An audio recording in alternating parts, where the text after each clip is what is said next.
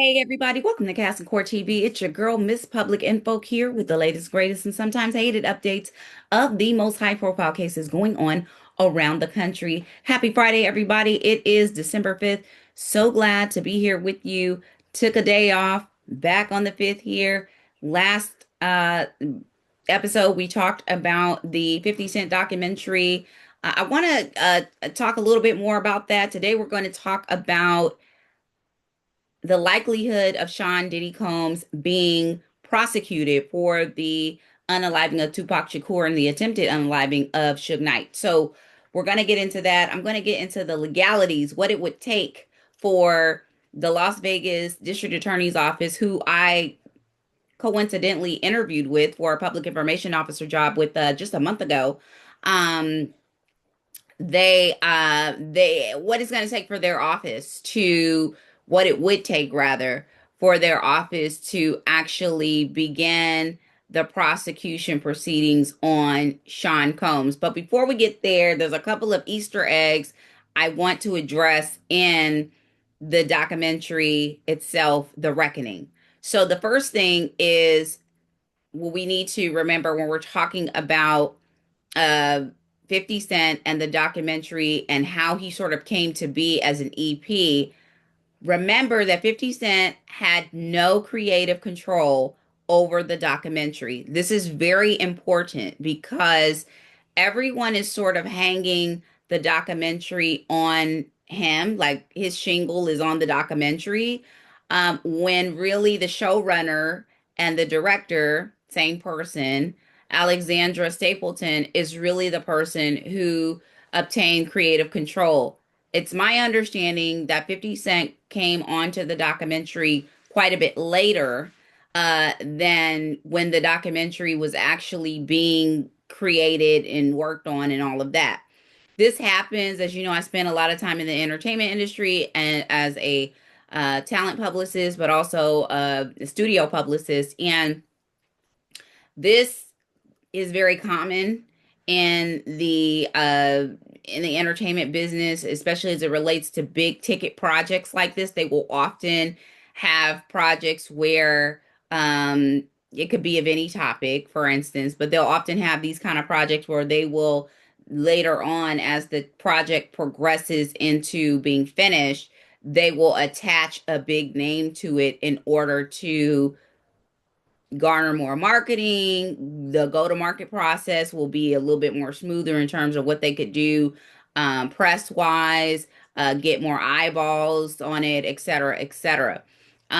This particular project, I am not sure why they involved 50 Cent, or maybe he sought them out and he, was able to, just get on that way. Or maybe it was a mutual understanding that he had something to bring to the project. Sometimes it's money.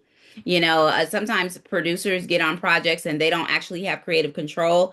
But if you finance a project, you automatically become a producer on the project. So that's another way to become a producer, is to help finance the project. So this could have been his 50 cents way of being on the project as well, is, throwing some money at it, or even helping to secure this footage that everyone is sort of up in an uproar about, with from the videographer that was hired by Sean Combs in the first place. 50 Cent could have been very instrumental in garnering that footage. Now, they're still being very tight-lipped about how the footage was obtained. As a matter of fact, I watched an interview with 50 Cent and Alexandra just yesterday with one of the various news programs they've been talking to since the go-to-market phase of The Reckoning. And he explicitly said that he was not going to give up his source. He asked the journalist, he says, "Do you give up your sources?" And, the answer is no, they don't. And so the implication was that 50 Cent would not be giving up his source in this, on how he obtained this footage. So that's kind of where that is. Now, the other Easter egg, someone asked in the comments yesterday, why was 50 Cent's baby's mother, Daphne Joy, aka Jane Doe, Why was she not featured in the documentary? But she was, guys, she was. Take a look. Go back to episode 3. Daphne Joy was the quote unquote unnamed girlfriend that Sean Combs is talking to on FaceTime when he's in the private vehicle with his security detail. He says he's smoking a joint. And this is probably along the same time in which I think this is within the same scene that he tells his security detail that he's got to take a bath after, speaking with fans in Harlem. But he's smoking a joint. He has his cell phone open. The camera is trained on that cell phone, so you could see her. That's how I knew it was her. Plus, her voice was really how I knew it was her. And he says, I'm about to put $200 million in the bank, blah, blah, blah, blah, blah. And he says, talk to me, talk to daddy, and she's screaming, squealing, and oh, you're in your puffy bag and all of this junk. So that was Daphne Joy. Someone had asked, like, why didn't 50 Cent, include his baby's mother? Well, again, he didn't have creative control. Secondly, she was included in the documentary. She's just not, there's not a whole section dedicated to her because really, in the greater scheme of things, Daphne Joy is very insignificant. Listen, the significant relationships in Sean Combs's world has been Misa, Kim Porter, and Cassandra Ventura. Daphne Joy, Gina Young, Carisha, and this last woman he had the baby love child with. These are insignificant women. As a matter of fact, one of the, I think it was his friend Tim Patterson. It could have been the other guy. But I think it was Tim who said it.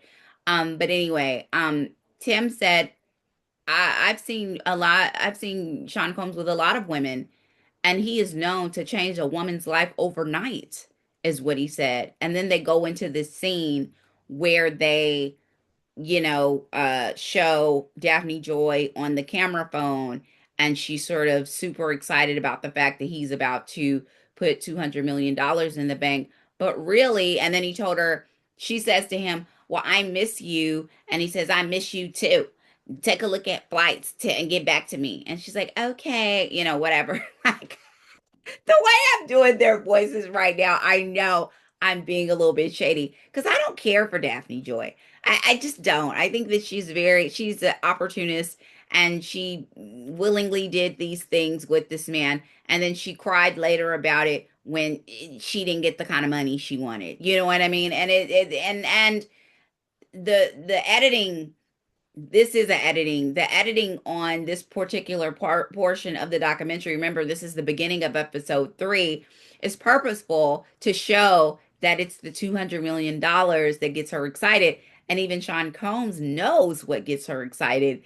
It's money. Most women would just be happy just to hear their man's voice or to see them or whatever, but she is getting excited over money. And I think that is what the scene was supposed to show as it relates to Miss Moneybags, Daphne Joy. Okay, let's move off of that. I just wanted to explain those two Easter eggs there, because I was talking about the last episode. I was talking about the creative control because there's this nasty rumor that the Combs camp has come up with. I don't know if it's true or not. That's why it says a nasty rumor that when Combs and Ted Sarandos, who is the co-chief of Netflix, couldn't come to a meeting of the minds as it relates to Sean Combs's documentary, and he didn't want Sean Combs to have creative control.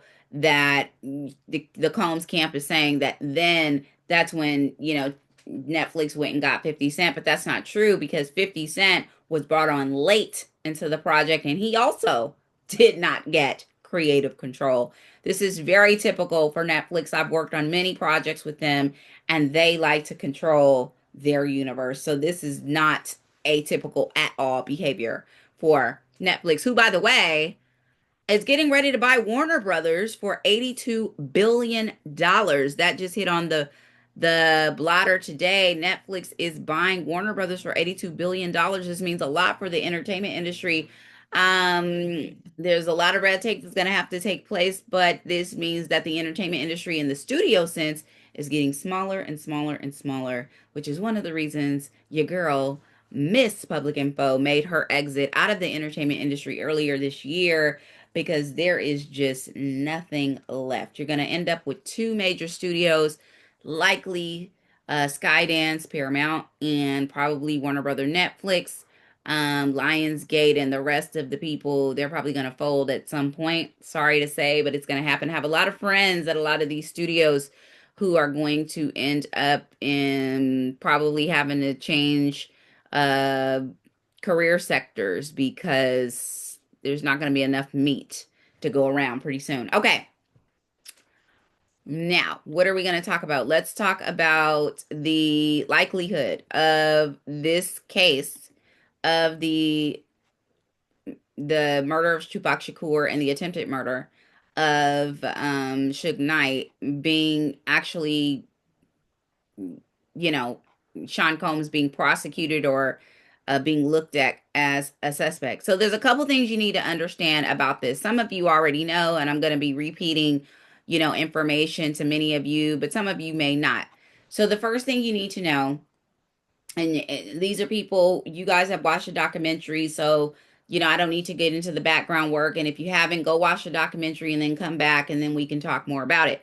But the first thing you need to know is that Sean Combs is not being looked at as a suspect. One of the reasons why this documentary is so important and prolific is because this is the first time that a documentary has really woven all of the threads together. So, other documentaries that you've seen on YouTube or other places, some of this has been pieced together. It's been sort of piecemealed together here and there, and you've been sort of forced to put together the pieces of all of this on your own.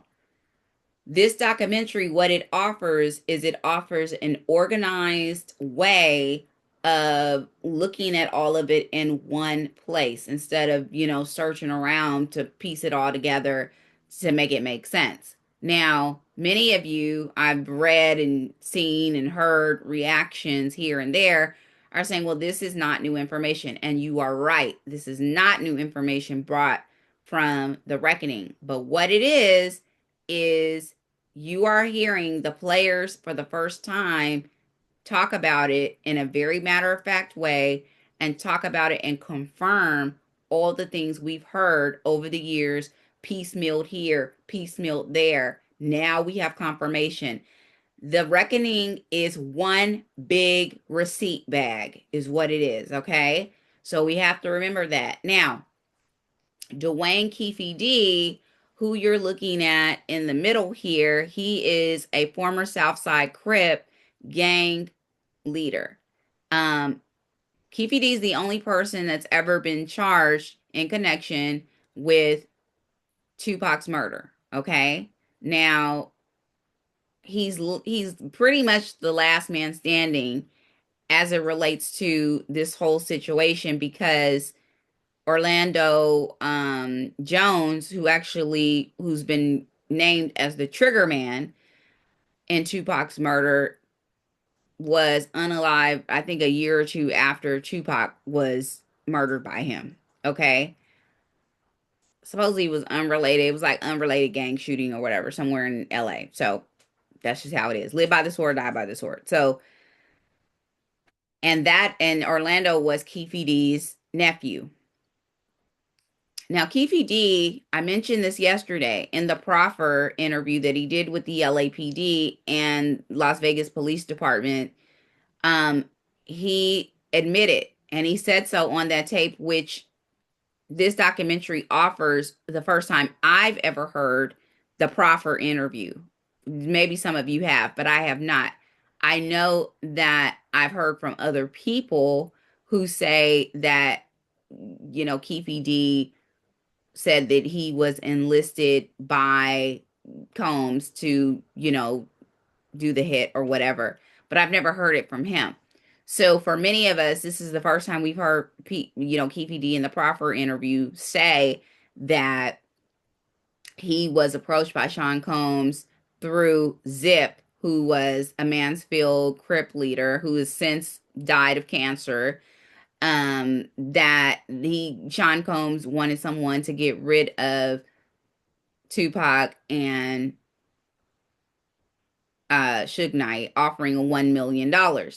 Now, there was an incident, of course, you all know, with Orlando and Tupac, where Tupac assaulted Orlando during the Tyson fight, and then later on, in the proffer interview, Keefe D sort of describes how, to Sean Combs says, "Oh, well, this is the perfect opportunity for you guys to make this happen, to do this." And Keefe D says, we got next to him in traffic, and that's how all of this happened. So there's other details, but I'm just sort of giving the quick and dirty of it.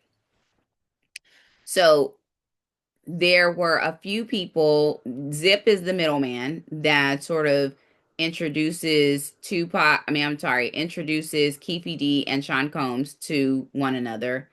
And of course, Keefe D was the leader, so he's sort of making all this happen and making sure that it gets done. They did half the job, so says Sean Combs, allegedly, and so they only get $500,000, and that goes to Zip, and Zip never gives the money to Keefe D and the crew. So, and according to them, they were never paid for the hit. So, what is it going to take, or what would it take for the Las Vegas District Attorney's Office or the Clark County District Attorney's Office to prosecute this case against Sean Combs? Okay, so it would take a lot. The reason I'm saying that, guys, is because in the eyes of the Clark County District Attorney's Office, Keefe D is their guy.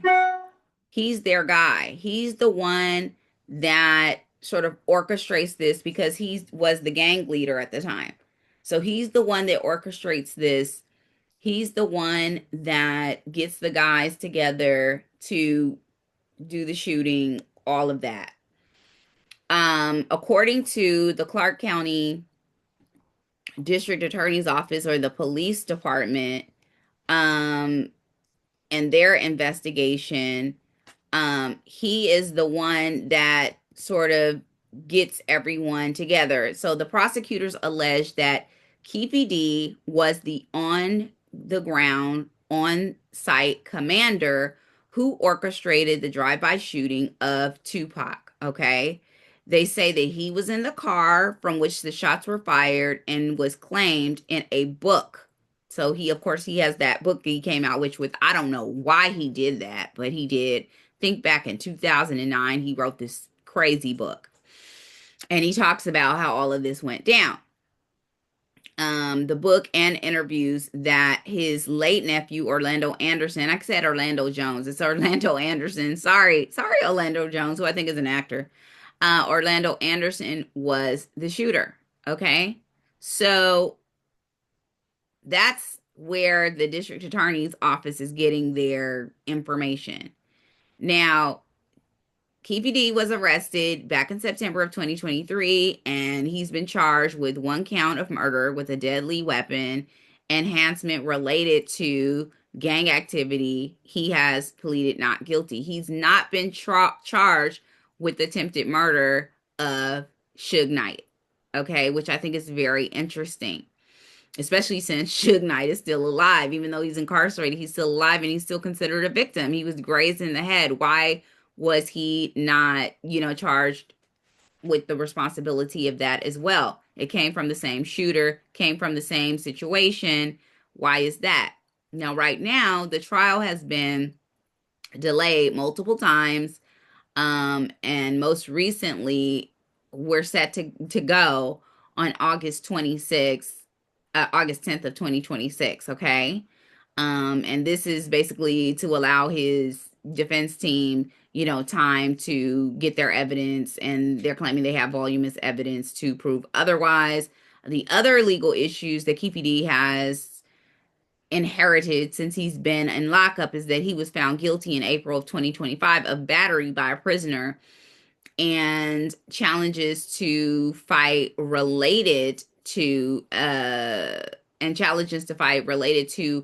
jailhouse altercation, and was sentenced to 16 to 40 months for that incident. So right now he's serving that. He's also in jail on a $750,000 bail from the murder arrest. Okay. So even if he could somehow figure out the bail, he is stuck in there because now he's got to do 16 to 40 months for a battery, which is crazy that he would do that to himself. Now, what is KPD's defense? KPD's legal defense team has argued for his release on bail, which now he's not getting, citing health issues, and has claimed that statements he made in his book and interviews were for entertainment purposes only, and that they were not factual confessions. Come on, y'all. Okay. They also say that um, authorities have no solid evidence against him, such as a gun or the car from the incident, and that a key part of his defense involves claims he was granted immunity by the federal investigators for his information, and the prosecutors are disputing that. And of course, the immunity that he's talking about is the proper interview. Now, to be a little bit more specific about the proper interview, the proper interview was conducted by the feds, because KPD was in trouble on, I believe, some sort of drug related offenses. And in order to potentially get a better deal on the federal case, they offered a proffer interview with him, in which allows an inmate or a defendant to talk about other aspects of criminal activity without incriminating themselves, right? So Keefe D says that in that particular case that he was given immunity. One thing a proffer interview is not, it is not an immunity deal. That is not what a proffer interview is. So Keefe D would be incorrect on that. Now, Keefe D, in my opinion, the Las Vegas District Attorney's Office and PD are taking what they have. They are taking what they have as it relates to Keefe D. They're utilizing the book as a confessional. They're utilizing that as such. I believe, or I thought, that there was a weapon that they linked to this particular shooting, but I could be wrong. But they really don't have anything other than Keefe D and this book. Okay. And so countless people have asked, or are asking, well, you know, what exactly is it going to take to get P. Diddy prosecuted for this? Well, it would take witness statements. Even the people that we saw, in the documentary, you had Mr. Burroughs, you had Tim Patterson. None of those people were like there. They were aware, and the the Mansfield Crip leader, who excuse me, guys, who was included in the documentary as well. I believe his name is it one, or I don't know what his name is. I can't remember his name, but anyway, D or something like that. Something. It was like one letter. But even with their sort of inclusion with all of this, and them saying, I remember this happening, and this is how this started, and et cetera, et cetera, et cetera. None of this places Sean Combs concretely in the lane of it being, he said this, he set this up. Now, Keefe D, and the problem with this is Zip is dead. the the guy that Sean Combs was like doing this business with, who was the middleman, he's dead now. And for the longest, they didn't have anybody. Orlando Anderson was killed a year or two after Tupac's unaliving. And so he wasn't around to sort of investigate, to say, do anything. And at that time, I don't think they even knew anything. They did kind of know him because there was a big Vibe article, and there was a cover. I had the cover. I had the magazine back in the day when I was a teenager. Vibe did an expose on Orlando Anderson. And everybody knew then that he was the guy, he was the shooter back in the 90s. Everybody knew that. But in my opinion, the Las Vegas PD and the DA's office didn't really care about any of that until Keefe D wrote that crazy book in 2009, which he was really crazy to write. Keefe D was like under the radar. Nobody was bothering him or anything like that, but he needed money. And so I guess he wrote that book in a way to get it, right? And that's when they started sniffing around him. And that's when he ended up being sort of like enemy number one, you know what I mean? Because I think Zip was already dead or something. He had already died of cancer. Now that's who they would kind of need in order to really concretely get Sean Combs, is Zip or some other middleman that was willing to talk, that had information about the hit, uh, about the conversation about the hip, some sort of material evidence too. But also, witnesses willing to talk is also enough. There was, all of us have seen the interview with Sean, no, I'm sorry, with Suge Knight, who was asked by several reporters that, did if he knew who unalive Tupac, would he to say? And he said, no, I would not. As a matter of fact, he said that in several interviews himself. Also, when the Las Vegas Metro PD got on the scene to the murder and they asked Tupac if he knew who shot him, he simply said, F you. And so, in real, sort of street culture fashion, nobody would be willing to talk. So, Tupac may not have known about the hit, of course, but he wasn't willing to talk to even say if he knew who the shooter was in the situation. But the players, everybody that was in that car is dead, with the exception of Keefe D. He is the last man standing, as well as Sean Combs. So that is the reason why Sean Combs has been able to skate this long on this. Keefe D being arrested for this is the closest any of us have ever gotten to sort of implicating anyone to this murder, and then also including Sean Combs in some sort of way. Now, you say, yeah, but you might say, yeah, but they have the proper interview. The proper interview, Keefe D says what he says in that interview, but I've also heard Keefe D dispute the proper interview, saying that he was pressured in the proper interview for what he calls immunity in a Fed case.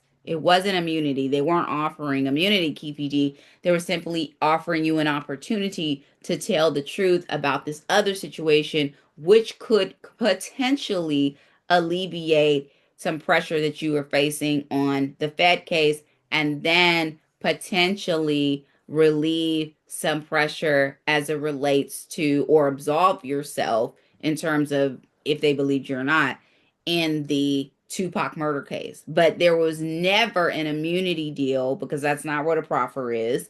There was never an immunity deal between the feds and Keefe D. And even if the feds wanted to give Keefe D immunity in a potential Tupac murder case, they're not able to do that because they never had jurisdiction to give him immunity in a state case. The feds can only give him immunity in a Fed case, not in a state case, which is what the Tupac murder is. The Tupac murder case is a state case. And that immunity deal, which never happened, would have had to have come from the Las Vegas Metro Police Department, and it did not. So, in a nutshell, Sean Combs is probably this is probably going to be one of those situations where he won't be implicated unless they can find someone who can confirm that he did set up the hit, and it would coincide with the proper interview information that Keefe D gave. Now, that turns me to Tupac's family. Tupac's family has since said that, I think it was back in 2024, Tupac's family, they actually hired a investigator to investigate the murder of Tupac because they believe that there is a link to Sean Combs, and they believe that Sean Combs is the missing link in this. So Tupac's family has said, we've hired a private investigator to investigate this on our behalf to find the link that puts Sean Combs squarely in the driver's seat of ordering the hit. That is what Tupac's family is saying. They're saying, we know that without some digging that the police department is not willing to do, and that's what I wanted to hit on next, is that the state of Nevada, they're not interested in doing any more investigations because they've got their guy. They've got Keefe D. Even if there was a link available that the anyone could find to link Sean Combs to it, it does not absolve Keefe D. Regardless of who comes up or whatever, Keefe D is going to go down for this murder because he, as the state prosecutors have already said, he was the on command, on site commander in chief of this hit. So he's going to go down one way or another, regardless of his attorney saying that, oh, what he said in his book was just entertainment, etc., etc. There are too many key pieces that put him in the mainframe for the murder because he was the leader of the Crips and his nephew pulled the trigger. He's the trigger man. Everyone knows that.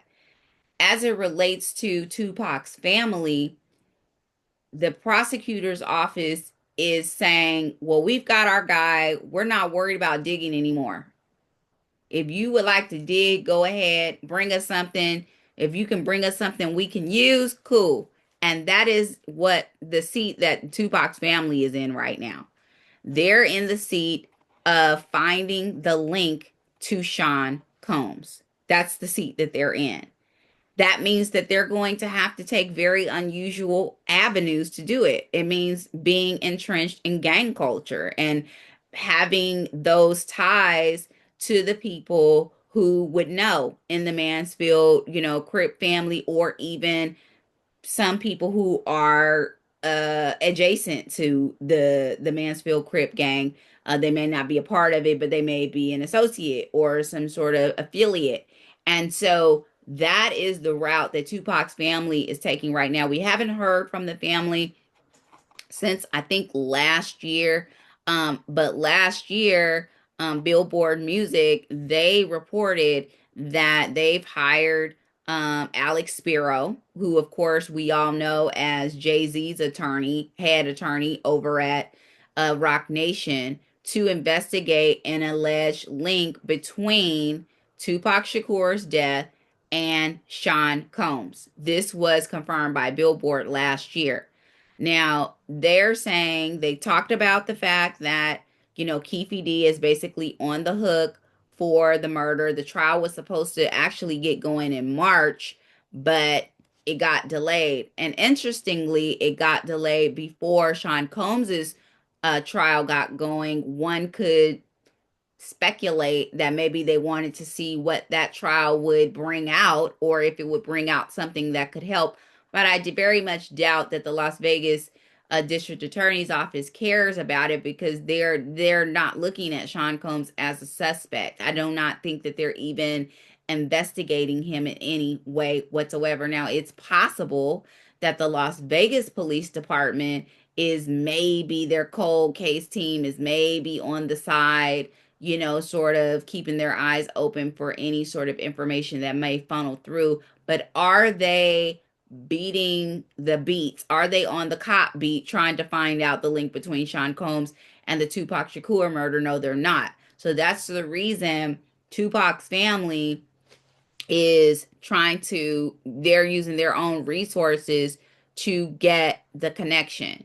So we're going to really, get going on this and keep our ear to the ground, because I really have a feeling, based on this documentary and then based on Keefe D's trial getting ready to get going in August, and based on Sean Combs being sort of spurred into the, more so into the spotlight as it relates to his legal issues, and then now being mentioned and as a definite suspect in Tupac's murder, and even a key component in Chris Wallace's murder. Um, I do think that we're gonna hear in this next year more people come forward on Sean Combs. I think 2026 is going to be very interesting for him. I think 2025 was kind of like the beginning of the end, if you will.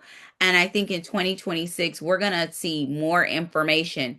The documentary, The Reckoning, essentially, in my opinion, and how I've seen this roll out for so many different people and different, investigations, and even in Sean Combs' own, Fed case, for that matter, this documentary is going to give a lot of people courage. I think the Fed case was the beginning of the end of that. I think this is going to bring out more people. But without people who actually know the intricate details of, he, talked about this hit, or he spoke to this person, and without those witnesses, it's going to be hard to just take Keefe D's proffer interview and say, well, here's the evidence, especially because Keefe D is saying he was pressured. So we literally need more people as it relates to the Sean Combs of it all. Do I personally think Sean Combs what is responsible for Tupac Shakur's death? I absolutely do. It's part of the reason why besides the fact that I think his behavior in the Fed, in the activity of the Fed case, was abhorrent and despicable and disgusting. It's also the reason why I don't care for Sean Combs, because I've known, we all have, but I've known since I've been a teenager that he was responsible for both Tupac Shakur's death and Chris Wallace's death. Everyone has, but particularly people in LA, because not only because Tupac had a link to the West Coast, but also because this is where Chris Wallace lost his life, and we were very clear on, like, some of the happenings and all of that. So, and I'm a nobody in street culture. I'm just a girl who grew up in South LA, you know what I'm saying? So, so that's what I'm saying. Like, a common person in the hood could tell you 15, 20 years ago that that was the answer. Everybody knows that. But now it's not about the answer. We all know the answer, but it's not about what you know. It's about what you can prove in the eyesight of the law. And right now, what the Vegas or the Clark County District Attorney's Office has is evidence on Keefe D, confessionals, a book, things of that nature, right? We all know that Sean Combs is a sleuth. We all know that he's manipulative. We saw the documentary. We know what everyone said, but now we need hardcore evidence. We need somebody who was there. We need somebody who's willing to talk. We need somebody who's willing to say, you know, that's, what it is. That's what went down. But with OGs still following street codes and not being willing to talk, and not being willing to say, well, this is what went down, then we're not going to see justice for Tupac. And I think Tupac's family knows that, which is the reason they've enlisted Alex Spiro and other investigators to help them with that. So on a legal end, guys, that's what it looks like from the prosecution's end. We need somebody to step up. This is why cold cases don't get solved, because people don't want to talk. They don't want to be the one to say. But I think 50 Cent, since he's the one we're sort of giving this shingle to here, I think 50 Cent has opened the door for it, because now you've got somebody who's got the street cred, who knows, who's willing to step up, even in a creative sense, to say, this is the guy, right? So it's going to be interesting to see how this proceeds. We don't know, how it's going to go, but we're definitely going to keep our eye on the ground for this. Stevie KPD's trial will be a very interesting one. It's going to bring out a lot of interesting commentary, even if by then they don't have enough to, bring Sean Combs in for an investigatory. I can see KPD being on trial in August and lots of information coming out. And maybe, there's something that comes out that brings Sean Combs to light. But I will tell you this: Sean Combs is going to live out a miserable rest of his days. Not only because he's going to pretty much be in obscurity after he gets out of federal lockdown, um, and that's miserable for him because he likes to be the life of the party, and all eyes on him. But also because he's going to have to spend a lot of time on these civil lawsuits. 50 Cent said something really interesting the other day when I was listening or watching an interview that he did for the press for The Reckoning. And he said, I'm not sure why Sean Combs did not file for bankruptcy. He said, because he's got all these lawsuits and that would kind of back everybody off.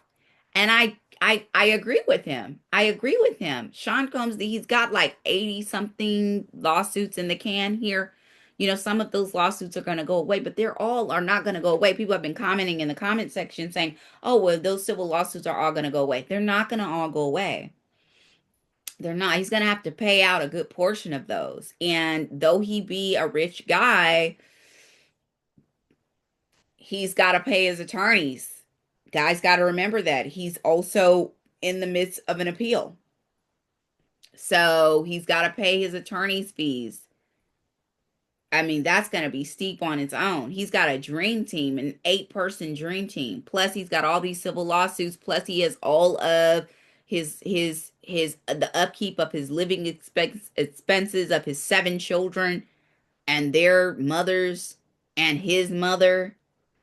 I agree with 50 Cent. He should have filed for bankruptcy. I'm not sure why he hasn't. Probably a lot of ego has a lot to do with that. But certainly part of protecting your assets and making sure your children have a future might look like filing for bankruptcy to guarantee that. So very, very interesting, guys. We'll keep our ear to the ground and keep ED of it all. Thank you for joining me today. Please do not forget to like and subscribe and engage in the comments. Always respectful. I appreciate all the engagement. And I will be seeing you guys later. Make sure you stay safe, stay warm. You see, I got on my furs today, y'all, because it is cold. I was like coughing the last episode because it was just so cold. So I'm not sick, thankfully, but I am cold. Oh, there is a brief update that I'm going to give because I did a whole episode like last month about my interview with the Las Vegas District Attorney's Office and how the DA was a racist and how he was very discriminatory towards me in the interview process. And he was. But it took them a month to find a candidate. So it was down to me and 5 other candidates, and they didn't get anyone in. And I'm like, what's going on? Well, finally, a little bit before Thanksgiving, they announced the candidate and they found a Black woman. Now, I am very happy for her. She's a young girl, was an investigative reporter there in Las Vegas. and I'm very happy for her. But at the same time, I believe that it took them so long to find someone because I had complained to the county board of commissioners, and of course, put out my own my own complaint about him, filed my own complaint against him. And I believe that they waited a while uh for the flames to turn down on that. And I believe he did not have anything to do with this hiring process. I think that they decided that they were going to bring someone in, and they knew that they needed to bring in a black woman because I was watching. I was watching. I had already filed a complaint against him with the Nevada Equality Commission, because he was a racist. If you guys want to take a look at my take on the interview, if you're interested, you might not be, and that's okay. I'm trying to see what number that is. That interview number, or that episode number, rather. Let's see, guys. That episode number is. Where did it go? Oh, there it is. That is episode episode 124. So there was October 27th. That's the show that I talk about, the discrimination and disrespect by District Attorney Steve Wolfson for the public information officer role. Of course, like I said, they finally put someone in there. I am very happy that it is a black woman. She is well qualified, and I'm glad that they put someone wonderful, great in there. But I do believe that if it had not been for my complaints and filing a charge against him, that it may not have happened, because this person is running for re-election, so he wanted to sort of get himself out of the hot seat. But she is well qualified, just as I am. She's a wonderful candidate, and I wish her well. Okay, guys, thank you so much for everything. Thank you for tuning in. We're going to see you later on in the weekend, or perhaps maybe next week. You guys take it easy and stay out of trouble. Peace, guys.